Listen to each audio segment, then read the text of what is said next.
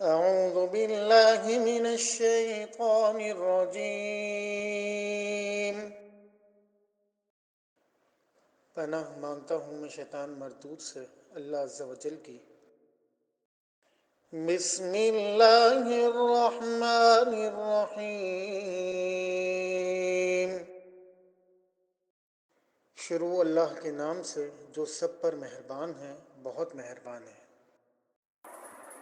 وعلم آدم الأسماء كلها ثم عرضهم على الملائكة فقال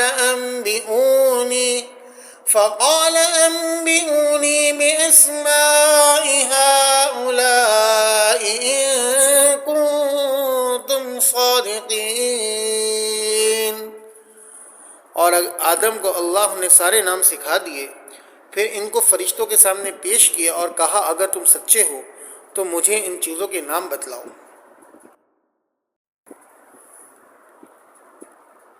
ناموں سے مراد کائنات میں پائی جانے والی چیزوں کے نام، ان کی خاصیتیں اور انسان کو پیش آنے والی مختلف کیفیات کا علم ہے، مثلا بھوک، پیاس، صحت اور بیماری وغیرہ۔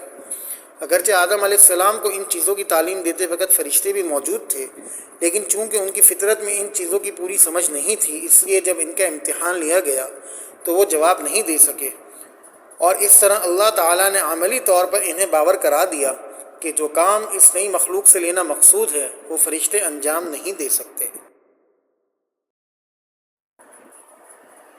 قالوا سبحانك لا علم لنا إلا ما علمتنا إنك أنت العليم الحكيم۔ وہ بول اٹھے، آپ ہی کی ذات پاک ہے، جو کچھ علم آپ نے ہمیں دیا ہے اس کے سوا ہم کچھ نہیں جانتے، حقیقت میں علم و حکمت کے مالک تو صرف آپ ہیں۔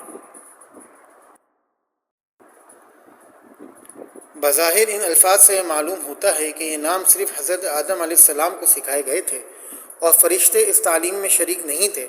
اس صورت میں اس سے ناموں کے بارے میں پوچھنا یہ بتانے کے لیے تھا کہ تم میں وہ صلاحیت نہیں رکھی گئی جو آدم علیہ السلام کی تخلیق سے مقصود ہے۔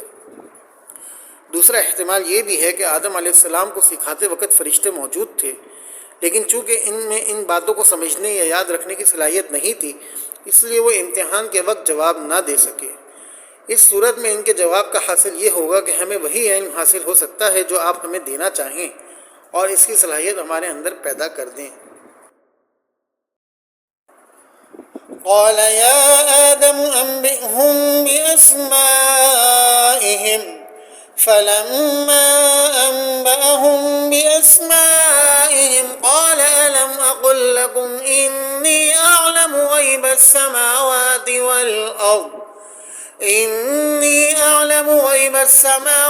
والأرض وأعلم ما تبدون وما كنتم تكتمون۔ اللہ نے کہا آدم تم ان کو ان چیزوں کے نام بتا دو۔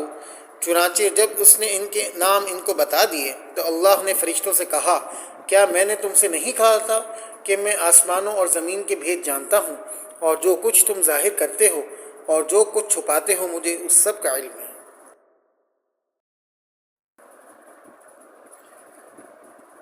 وَإِذْ قُلْنَا لِلْمَلَائِكَةِ اسْجُدُوا لِآدَمَ فَسَجَدُوا إِلَّا إِبْلِيسَ أَبَى وَاسْتَكْبَرَ وَكَانَ مِنَ الْكَافِرِينَ۔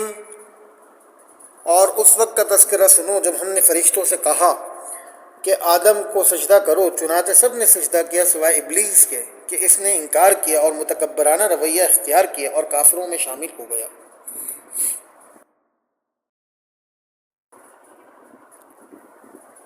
فرشتوں کے سامنے آدم علیہ السلام کی عظمت کا علمی مظاہرہ اور ان کا امتحان لینے کے لیے انہیں آدم علیہ السلام کو سجدہ کرنے حکم دیا گیا۔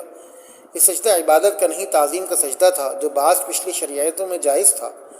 بعد میں تعظیم کے لیے بھی اللہ تعالیٰ کے سوا کسی اور کو سجدہ کرنے کی سختی سے ممانعت کر دی گئی تاکہ شرک کا کوئی شائبہ بھی پیدا نہ ہو۔ یہ سجدہ کروانا اس بات کا بھی مظاہرہ تھا کہ فرشتوں کو اس بات کی تلقین کی جا رہی ہے کہ کائنات میں جو چیزیں ان کے اختیار میں دی گئی ہیں وہ انسان کے لیے مسخر کر دی جائیں تاکہ یہ دیکھا جائے کہ وہ ان کو صحیح استعمال کرتا ہے یا غلط۔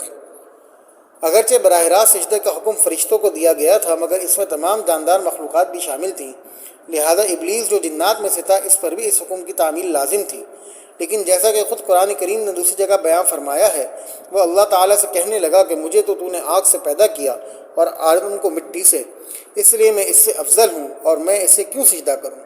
اس واقعے سے دو سبق ملتے ہیں، ایک یہ کہ اپنے آپ کو بذات خود دوسروں سے بڑا سمجھنا اور اپنی بڑائی بگھارنا کتنا بڑا گناہ ہے، اور دوسرا سبق یہ کہ جب اللہ تعالیٰ کی طرف سے کوئی واضح حکم آ جائے تو بندے کا کام یہ ہے کہ اس حکم کو دل و جان سے بجا لائے، چاہے اس کی حکمت اور فائدہ سمجھ میں آئے یا نہ آئے۔